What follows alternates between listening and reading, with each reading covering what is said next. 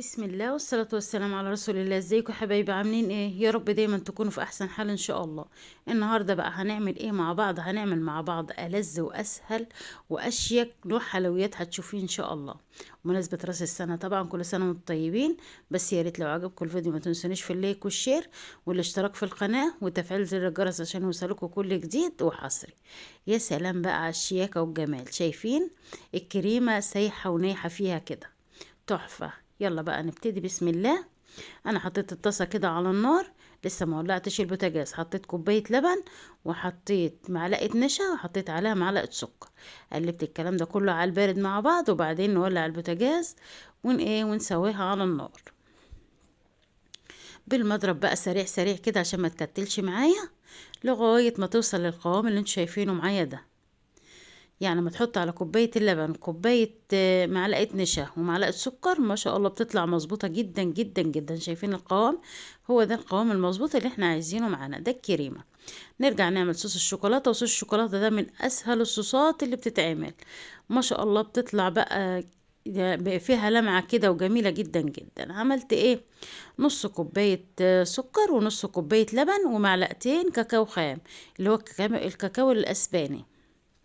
ضربتهم في الخلاط كويس كده، خلطتهم مع بعض كويس. وبعد كده هعمل ايه؟ هجيب نص كوباية زيت، كل حاجة كده قد بعضها كده. لو هحط الكمية هضاعف الكمية، لو عايزة اضاعف الكمية اضاعف كمية السوائل نفسها. حطيت الزيت بقى ايه، خيط صغير كده نازل كده عشان تتقل معايا، وانا مغطياه بس كده عشان ايه ما ترطش حوالين الخلاط. شايفين القوام بقى؟ بسم الله ما شاء الله، واللمعة تحفة. طلع مظبوط جدا جدا معايا.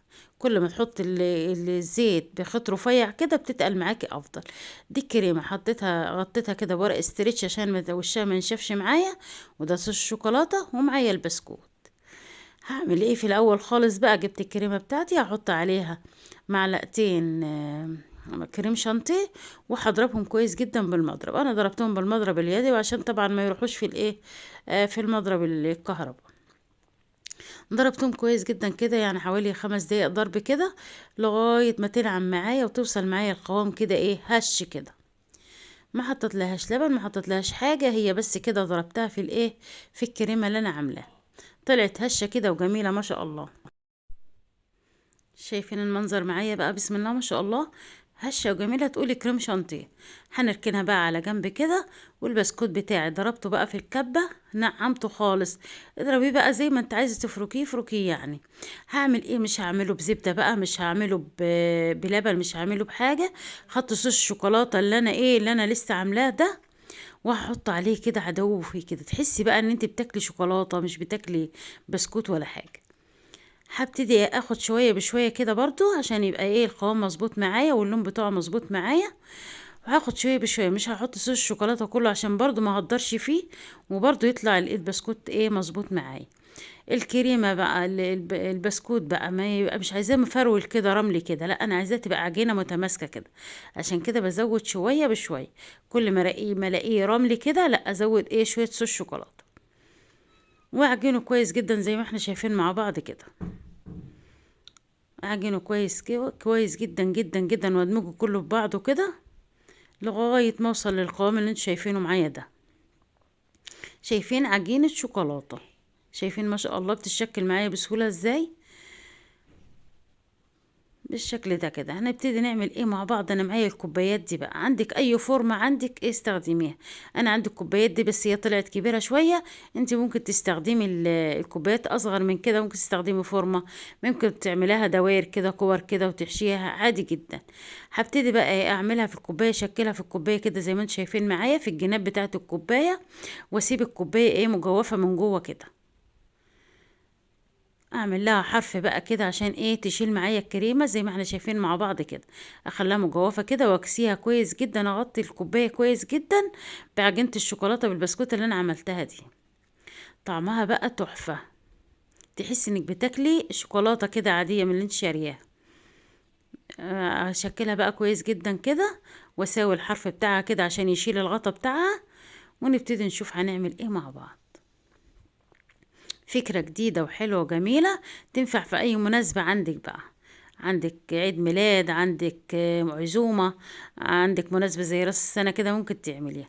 هنعمل ايه بقى؟ هاخد بالمعلقة كده الكريمة واحطها في الكوباية زي ما انتم شايفين معايا كده، وهزها كويس كده عشان الكريمة كلها ايه تنزل تحت، ما تبقاش فيه فراغات. بعد كده هعمل الغطا بتاعها كده، هدورها كده وبططها كده ايه شوية صغيرين كده على قد مقاس الكوباية، عشان تبقى مظبوطة معايا كده، وما تبقاش تخينة، تبقى يعني نص سنتي كده بالشكل ده كده. الحمد لله طلعت مظبوطة معايا خالص. وهحطها كده بالشكل ده، اسويها واضغط عليها كده عشان تمسك في الايه في الشوكولاتة اللي تحت. اخلص الكمية بقى بتاعتي كلها، انا خلصتها. بس الحتة دي ما عادش لها ايه غطا، الكوباية دي ما عادش لها ايه غطا، ما قضيتش يعني العجينة، بس يعني غطيتها بايه بشوكولاتة كده عادية. وحطيته بقى في التلاجة لمدة ساعتين. وانا كنت حاطة الكيس ده عشان يسهل عليا الايه الخروج من الكوباية، خروج الحلويات من الكوباية. وطلعت بقى بالشكل الجميل ده زي ما انتم شايفين معايا كده. شايفين بقى تحفة ما شاء الله. تقدميها في اي مناسبة هتبقى جميلة جدا معاكي. وسيحت شوية صوص شوكولاتة كده كانوا باقيين عندي من تورتاية، حطيتها على وشها كده، وبقت معايا طلعت بالشكل الجميل ده جدا معايا. وده كان الفيديو بتاعي النهارده. يا ريت لو عجبكم ما تنسونيش في اللايك والشير والاشتراك في القناه وتفعيل زر الجرس عشان يوصلكم كل جديد وحصري. وكل سنه وانتم طيبين يا حبايبي، وسنه سعيده عليكم كلكم يا رب، تحققوا فيها كل اللي بتتمنوه ان شاء الله.